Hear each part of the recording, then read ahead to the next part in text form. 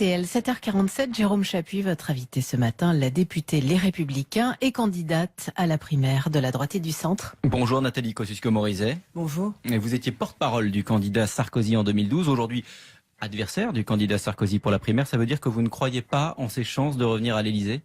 Ça veut dire que je veux défendre un autre projet, un autre programme, une autre vision.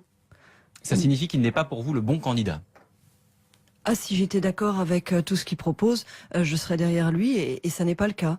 Nicolas Sarkozy a annoncé sa candidature, c'est à la fois inédit, parce que c'est un président qui était parti, qui revient, on n'a pas connu ça, c'est en même temps attendu. À vrai dire, le commentaire original, on aurait pu le faire s'il avait annoncé ce matin qu'il n'était pas candidat. Donc voilà, maintenant le débat va s'engager, et moi ce que je souhaite surtout, c'est que ce soit un beau débat, un vrai débat. Vous dites et c'est pour ça inédit. que je me bats, pour pouvoir participer à cette primaire et y défendre un projet alternatif. On va parler du fond, mais vous dites sur le principe de cette candidature, c'est inédit. Un ancien président de la République qui est en position aujourd'hui de représenter à nouveau son camp pour la présidentielle. Il avait dit, si je perds, j'arrête la politique. Ça, c'était pendant la campagne de 2012. Oui, donc c'est inédit. On a un président de la République qui a été président et qui revient. C'est une sorte de Il aurait deuxième dû passer la main ? occasion. C'est une sorte de deuxième occasion de pouvoir défendre son bilan. Il aurait dû passer la main ? Non mais attendez, c'est son choix. La candidature et c'est une primaire ouverte et la candidature est libre. Moi, mon combat, c'est que cette primaire soit vraiment ouverte. Donc elle est ouverte pour un débat qui doit être de qualité. C'est comme ça qu'on donnera à nouveau envie aux Français. Il ne faut pas qu'ils aient juste l'impression qu'on leur repasse les plats de 2012. Qu'est-ce que vous pensez des arguments que Nicolas Sarkozy met en avant pour justifier sa candidature, qui est désormais officielle ? Il dit, par exemple, cette fois, il va s'agir encore moins d'un enjeu personnel. Il met en avant son expérience.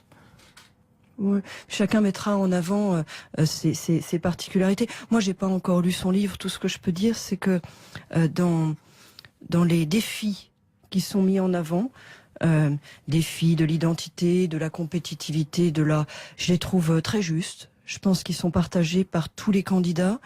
Mais d'une part, je pense qu'il en manque. Moi, je veux que dans cette primaire, on parle du défi de l'écologie, qu'on parle du défi de la transformation numérique de la société, de l'économie, du monde du travail, qu'on parle du défi du déclassement, de tous ces Français qui s'y retrouvent pas dans la mondialisation et qui ont l'impression qu'ils en sont les laissés pour compte. Et puis, j'ai une autre nuance, c'est l'ordre dans lequel ils présentent les défis, parce que la liberté vient en dernier. Et pour moi, la liberté, en France, elle doit venir en premier. Tout ce qu'on fait, c'est pour défendre la liberté. Même tout ce qu'on fait en matière de sécurité, on le fait pour pouvoir vivre dans une société de liberté. Vous parlez de la liberté, Nicolas Sarkozy parle beaucoup de l'identité. Je voulais avoir votre sentiment sur un thème qui regroupe finalement ces deux sujets. Sur le débat qui a pris beaucoup de place cet été, le tribunal administratif de Nice hier a validé l'arrêté qui avait été pris par la mairie de Villeneuve-Loubet interdisant le port du burkini sur les plages. Est-ce que c'est une bonne chose selon vous ? D'abord, sur l'identité, c'est évidemment un sujet.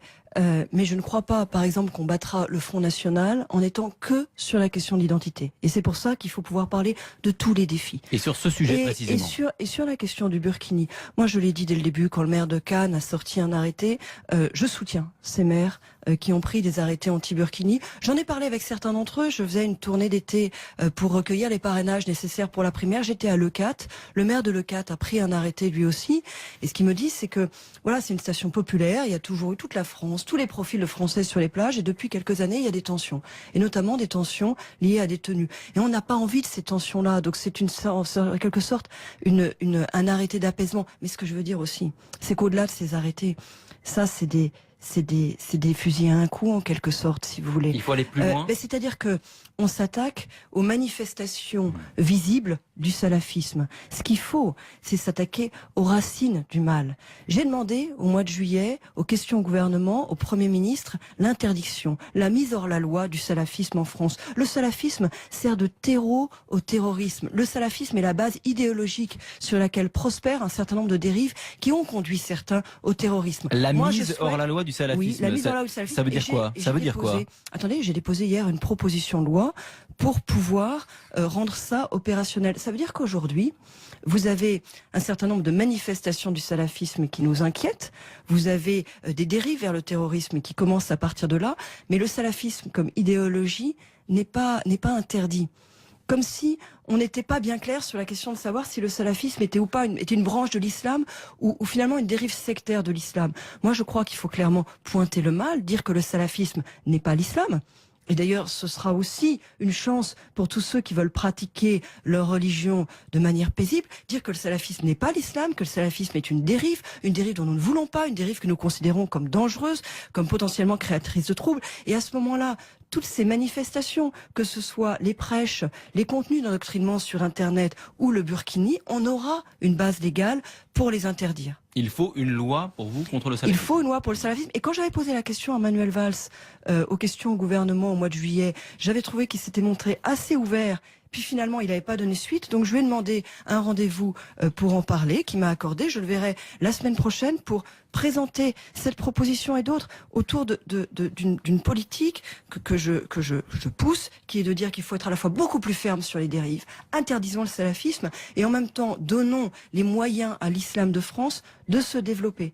Trouvons les financements, j'ai proposé une redevance sur le halal pour le faire, trouvons les financements, mettons en place les formations pour des imams formés en France, donnons les moyens à un islam de France débarrassé du salafisme de se développer. Il faut à la fois être très sévère sur ce que nous ne voulons pas, le salafisme, et en même temps ouvert sur le développement de conditions de la pratique de la religion qui voilà, pour tous ceux qui veulent pratiquer paisiblement. Alors l'identité, l'islam aussi seront au cœur de la campagne manifestement des primaires. Est-ce qu'il y a moyen d'échapper à ces thèmes, à ces sujets? Ou en tout cas de mettre en avant d'autres thèmes? Oui. Et je pense que là-dessus, il faut avoir les idées claires. Je le redis à propos de l'ordre des chapitres du livre de Nicolas Sarkozy. Pour moi, la liberté est première. Pour moi, la France, c'est la liberté. Un des objectifs, moi, de la politique que je veux mettre en œuvre, c'est que la France puisse redevenir pour nos enfants le phare, le lieu d'attraction, le lieu où on a envie de vivre, de travailler, de grandir, de créer, qu'elle a été du temps de nos grands-parents. Finalement, je propose une forme de nouveau patriotisme.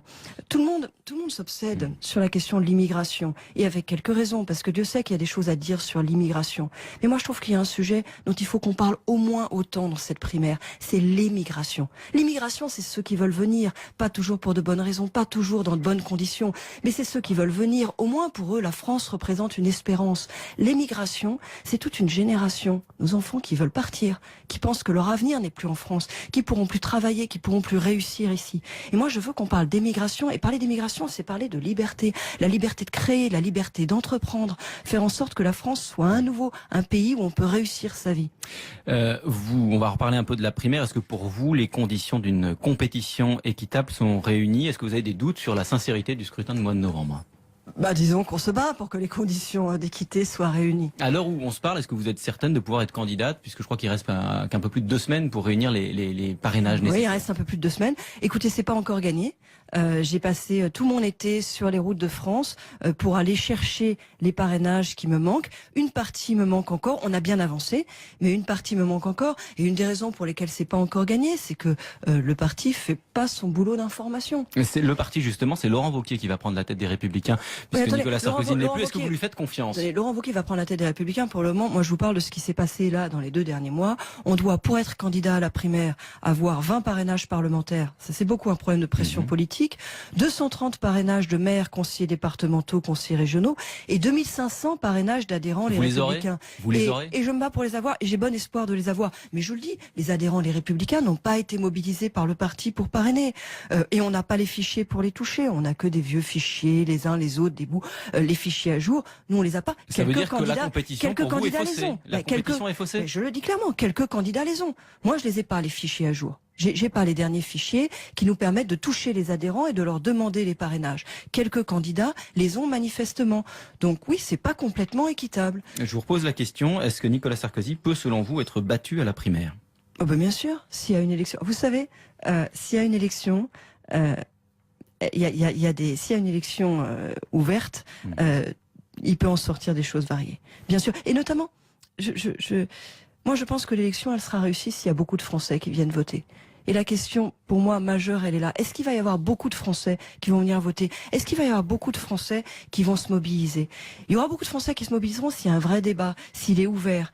Et ce sera le capital de celui qui gagnera, quel qu'il soit, pour pouvoir remporter la présidentielle. S'il y a peu de Français qui se mobilisent, celui qui gagnera aura du mal à rassembler la famille politique et il n'aura pas la dynamique pour gagner la présidentielle. Et le nombre de Français qui se mobilisent, ça va dépendre de la qualité du débat. Vous savez, s'il y a un débat que sur des questions passionnantes et quotidiennes comme les menus de substitution dans les cantines, non, il n'y aura pas 4 millions de Français qui viendront voter et ce sera une chance pour personne. Un dernier Sauf sujet, pour Nathalie François Hollande. Kosciusko-Morizet, dernier sujet qui est parisien mais qui concerne en fait bien au-delà puisque il s'agit de la place de la voiture dans la ville. Vous êtes la patronne de l'opposition à Anne Hidalgo. La maire de Paris va passer outre l'avis défavorable qui a été rendu ces jours-ci par la commission d'enquête publique sur la piétonisation des voies sur berge à Paris. Elle aurait dû temporiser selon vous? Oui, c'est encore une nouvelle illustration d'une méthode de gouvernance qui ne laisse aucune place au dialogue, à l'écoute, ni de l'opposition et encore plus grave, ni des Parisiens. On a fait quoi? Une enquête publique en plein été. Et même l'enquête publique en plein été, en dépit du fait qu'on était, elle a rendu un avis extrêmement négatif, extrêmement défavorable, et notamment défavorable sur ce qui était l'argument principal de la ville, qui était la question de la pollution, des avantages. L'enquête publique montre que les inconvénients sont certains. On va avoir des encombrements, on va avoir des reports de circulation, et les avantages ne le sont pas. Et moi, je souhaite que le projet alternatif que porte le groupe Les Républicains au Conseil de Paris puisse enfin être étudié. Nous avons présenté un projet alternatif qui a 2 avantages. D'abord, une fermeture beaucoup plus progressive, le temps qu'on puisse avoir des transports en commun, des alternatives, et puis ensuite, une meilleure utilisation des lieux, parce que là, on va fermer les tunnels. Au niveau des Tuileries, par exemple, vous avez 800 mètres de tunnels, on va les fermer. Vous pourrez faire du patin à roulettes et promener vos enfants en poussette. Vous en aviez rêvé, la mairie de Paris va le faire. Franchement, c'est absurde. Il y avait mieux à faire avec les voies sur berge. Nathalie Kosciusko-Morizet était l'invitée de RTL ce matin.